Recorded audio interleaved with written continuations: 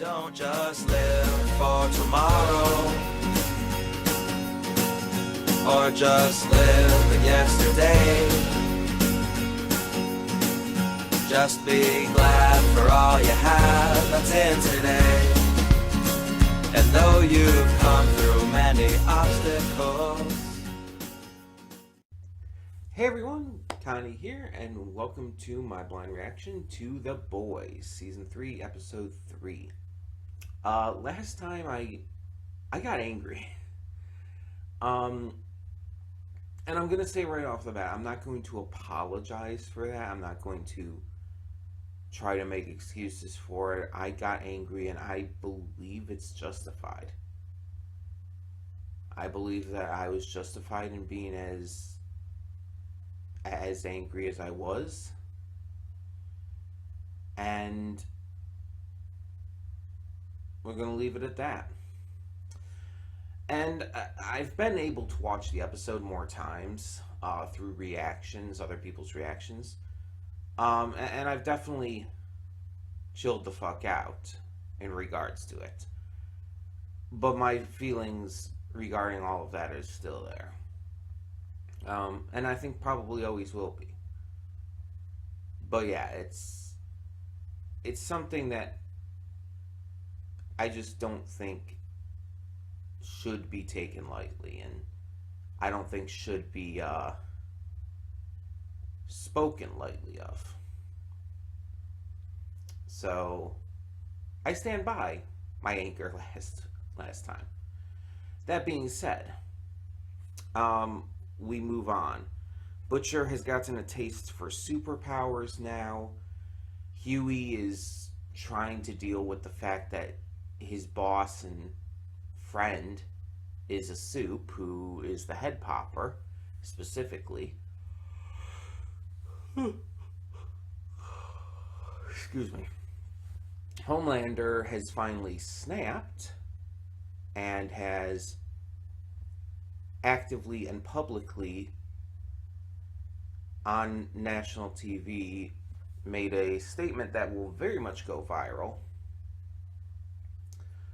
Mother's Milk is realizing that he can't stay out of the game until at least this one last job is taken care of, till he gets closure in what happened with his father and everything. Frenchie and Kimiko are kind of are going to have to deal with the aftermath of what happened with the Crimson Countess. But Kimiko is being very adorable. And this was an issue with last season. I forgot to mention this last time, but this was an issue with last season, and it seems to be one again this season. With where I have to get the episodes from in order to do these reactions and all, I don't have the subtitles, as you know. Because of this, I don't have the subtitles for what Kimiko is signing either. And as such, there are points where I might miss some context behind things. It happened last season too, where it's like there were certain times Kimiko was signing and I didn't know what she was saying. And I didn't find out until after the fact, when I was able to see other people's reactions, and they had the subtitles still intact. And for last episode, for example, when she's talking to Frenchie, when she's signing to Frenchie, what she's saying is basically she feels she's worthless and that she's not really accomplishing anything at all, and she's basically being excuse me, very down on herself. And like, I could kind of have gotten maybe some of that idea from the way Frenchie was reacting to her, but I would not have gotten that full context, unfortunately. And there's not really much I can do. That's the problem. Because again, with where I basically have to get these episodes from in order to do these reactions, um, because it's harder to record stuff online, especially with like the difficulty of internet. Things can cut out, and things can buffer, and things can give issues. But if you download something, you'll very rarely face any real issues. Like VLC Media Player might go weirdly fuzzy for a second every now and again, but that's about the only issue you really ever face if you download it. So that's why I tend to do that. It's just easier, and it's better for reactions. So yeah. Plus, I don't have an Amazon Prime account or whatever whatever the actual thing is called, the streaming service. Um, I don't have that because I can't afford to pay for an extra thing each month. But yeah, so it's just I do what I gotta do, basically. Plus, I've also heard Amazon's player is terrible. That unless you have like the best internet, Amazon's player like is constantly buffering, and it's like that's not a great sign, especially for reactions. But yeah, that does mean missing out on some subtext, some context of what Kimiko is saying during those scenes. So I apologize if there's a couple things I missed because of that.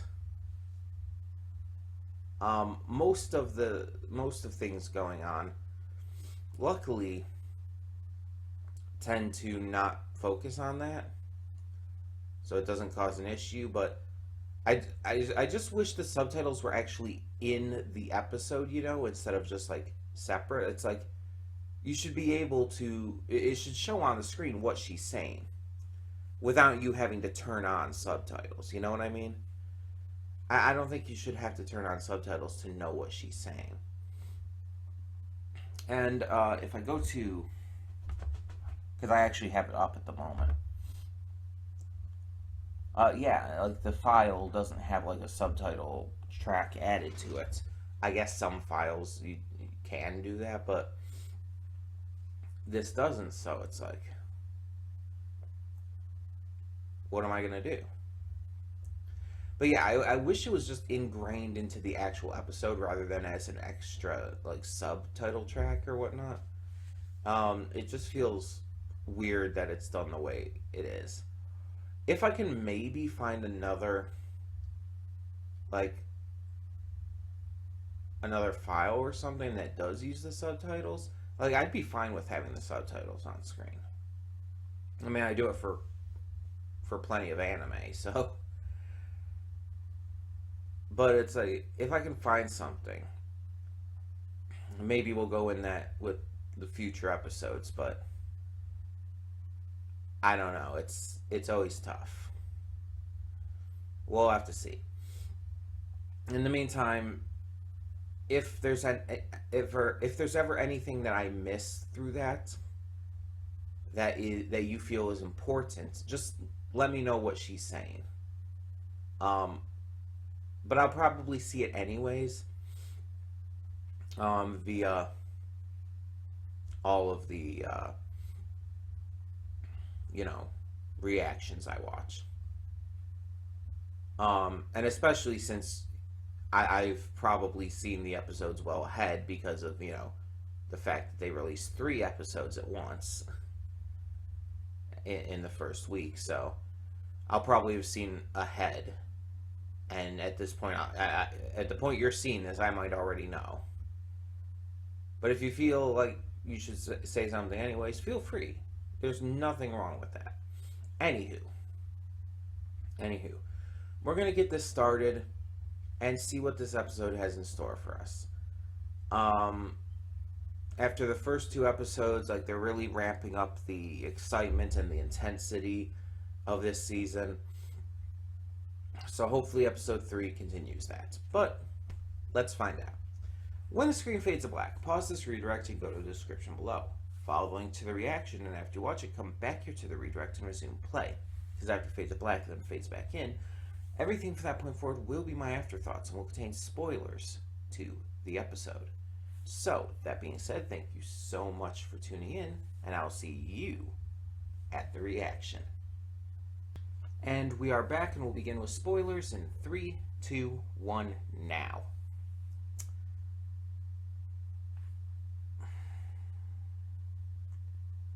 Something needs to be done really quickly. Homelander, just unfiltered, I guess you could say, is not good for anyone. He's threatening to take out pretty much everything if the plane video is released about him. And now he's forcing himself on Starlight. She's playing along, but like you could see how much he's forcing things to go his way with this tournament for the 7.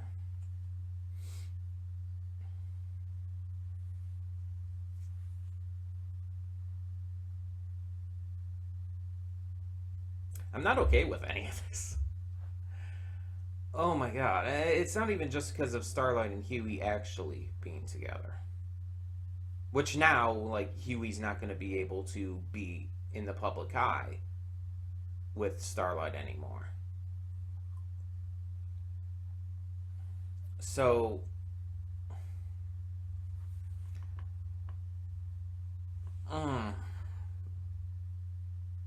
very uncomfy. Meanwhile, Frenchie had to deal with this Russian mob boss, I guess you could call her, named Lil Nina, due to his friend, I can never remember her name, apparently, according to Nina, stealing heroin from her shipments and everything, but she says that someone stole it from her. And honestly, I'm more inclined to believe Frenchie's friend here. We see our main group of the boys head over to Mallory's, where they talk to her about what happened, and we find out that the original Black Noir is dead, that a lot of the heroes from there were dead, and that was the incident where supposedly Soldier Boy was killed, but it seems like instead he was taken hostage by the Russians, so he was hoppered, basically. For all you Stranger Things fans out there. It seems more like that kind of situation. The question is, how were they able to hold him if he's as powerful, almost as powerful at least, as Homelander?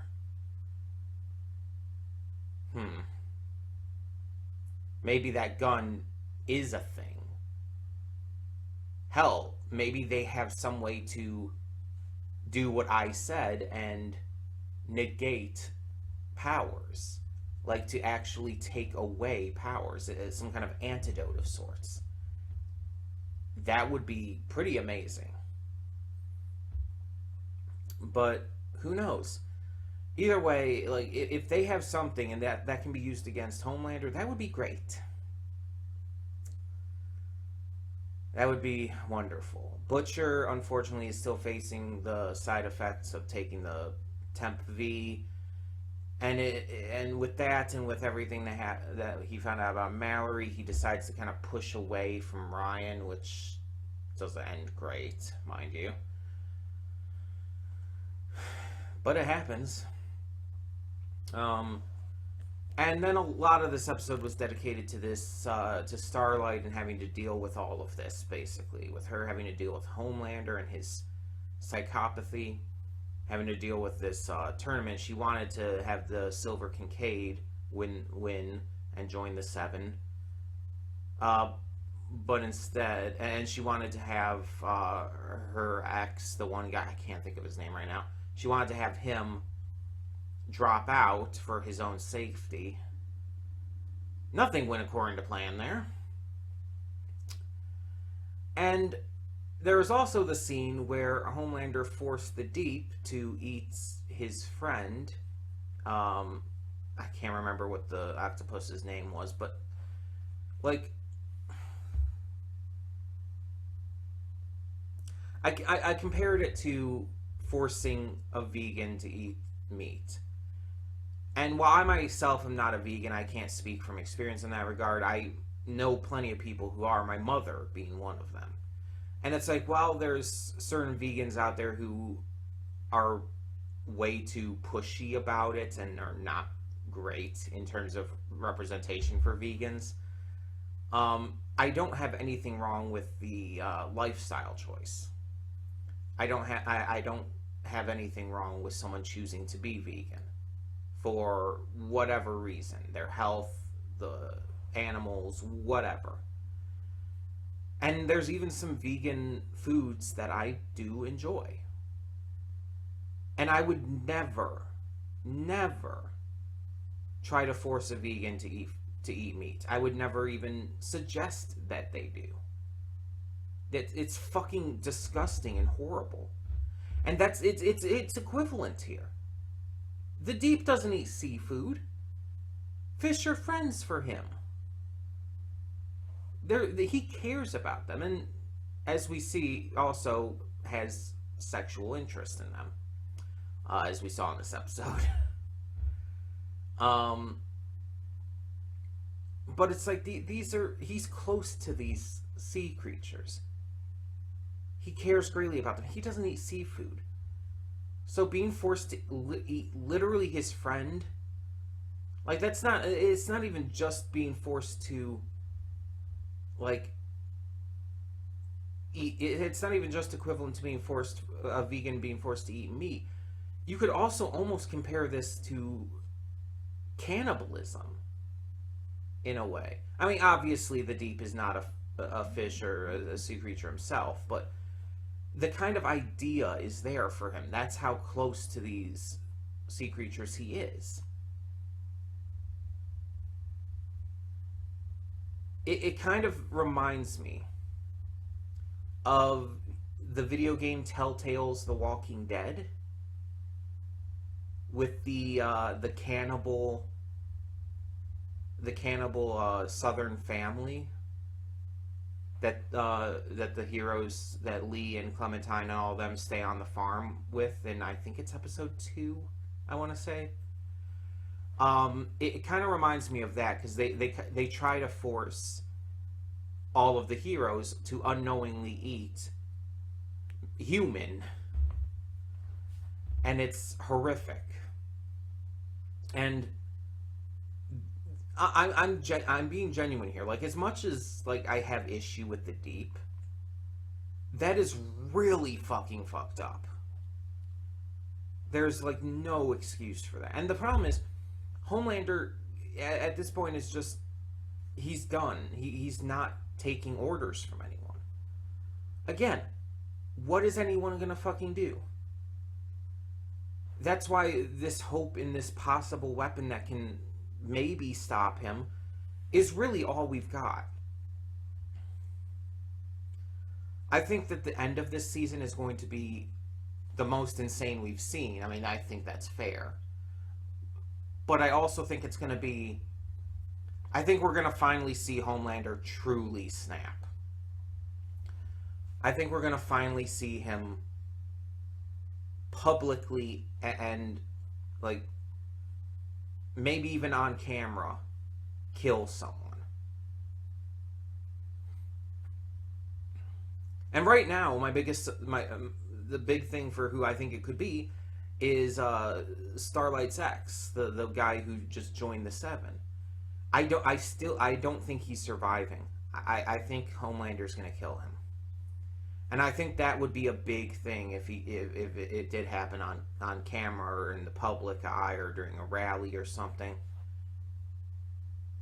Like, this is a lot to deal with. So, yeah, it's going to be interesting to see how this all goes down for the rest of this season.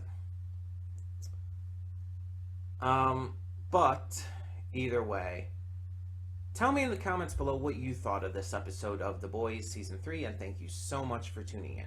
For now, I'm Connie, and I'm signing off. See y'all next time.